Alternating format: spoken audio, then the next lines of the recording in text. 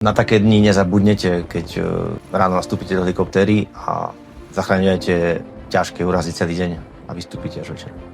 Tvrdý vzhľadovateľný terén neodpúšťa chyby. Ten Cepín je v tom teréne vaša jediná záchranná, jediná kotva, s ktorou ste schopní zastaviť ten pád. Sa vyberáme do hôr, nikdy nevieme, čo nás tam čaká. Vždy by človek mal byť maximálne pripravený, čo sa týka výstroje. Keď sú podmienky v horách príliš ťažké, nastane to zo dňa na deň, cez noc príde oteplenie, potom náhle ochladenie, vznikne tzv. Ľadová hora.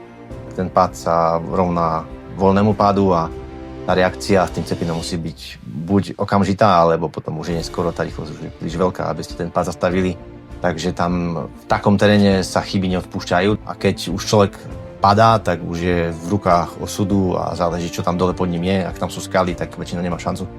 Ale môže tam byť aj naviatý sneh, ako to bolo aj v mojom prípade.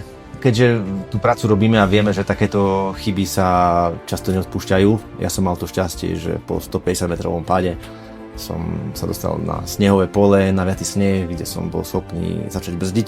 Počas toho pádu sa vám premietne celý život, hlavne som mal veľmi malé deti a hneď sa mi premlelo hlavou, že vlastne ani nebudú mať šancu spoznať svojho otca. Lebo väčšinou, keď niekto padne do kráľovského žlabu takým spôsobom, ako sa to mne podarilo, tak väčšinou už iba dole zbierame pozostatky. Tak niekedy sa môže stať, čo je ako veľmi zlé, že ten terén podceníme. Myslíme si, že sme už dobrom a že už sme prešli ťažkú lezeckú túru, už sa iba vraciame. No a tie podmienky sa počas dňa menia.